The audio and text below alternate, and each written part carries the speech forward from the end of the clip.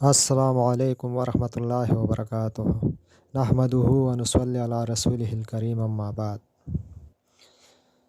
آج میں آپ لوگوں کو قرآن کریم کا ایک ایسا آیات بتاتا ہوں، جو بندہ اس کو صبح و شام 7 مرتبہ پڑھ لے، انشاءاللہ اس کی تمام جو شرعی ضروریات ہے، جو جائز ضروریات ہے، حاجات ہے، اللہ اس کو پورا کر لے گا۔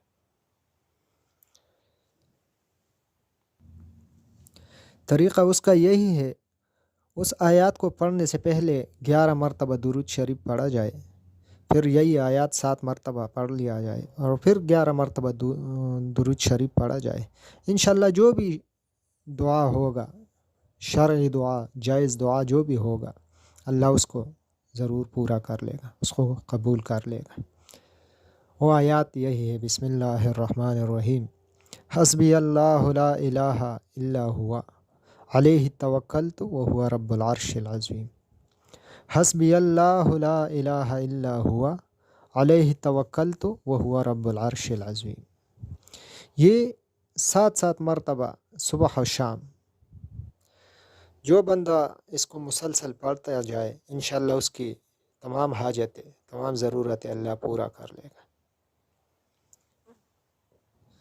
اکثر لوگ یہ کہتے ہیں کہ میرا دعا قبول نہیں ہوتا ہے، میں بار بار دعا مانگتا ہوں، میرا دعا قبول نہیں ہوتا۔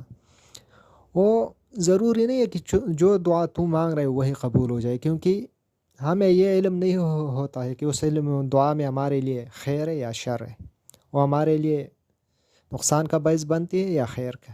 یہ علم تو اللہ کے پاس ہے، اللہ غیب کا علم جو ہے وہ اللہ جانتا ہے، اور اللہ اپنے بندوں سے بہت محبت کرتا ہے، بہت پیار کرتا ہے۔ وہ اپنے بندوں پہ اس کی طاقت سے زیادہ بوجھ نہیں ڈالتا ہے۔ جو بندے کو نقصان ہوتا ہے اکثر اس دعا اللہ قبول نہیں کرتا ہے۔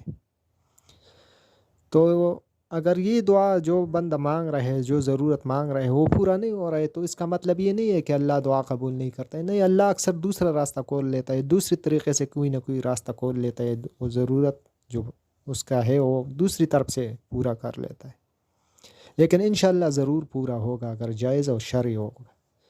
اس دعا کو بار بار مانگتے رہے انشاءاللہ ضرور پورا ہو جائے گا۔ نا امید نہیں ہونا چاہیے کہ قبول نہیں ہوتا ہے، کیونکہ ضرور قبول کر لے گا انشاءاللہ۔ اگر وہ دعا نہیں ہوگا تو دوسرا راستہ کھول لے گا، لیکن قبول ہوگا۔ وآخر دعوانا ان الحمدللہ رب العالمین۔ اللہ ہمیں اور آپ لوگوں کی تمام شرعی اور جائز ضروریات پورا کر لے، ہر دعا، ہر مشکلات ہمارا حل کر لے، آمین۔